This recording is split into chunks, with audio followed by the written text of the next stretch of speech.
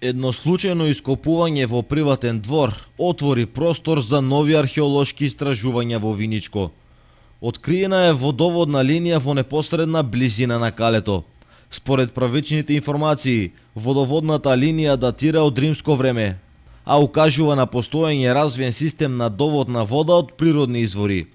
Според музеот Теракота во Виница, станува збор за линија од водовод поврзана со варов малтер и керамички садови таложници, кои ја имаат улогата да го намалат притисокот на водата за дел од римски водовод поврзан со природните извори во непосредна близина.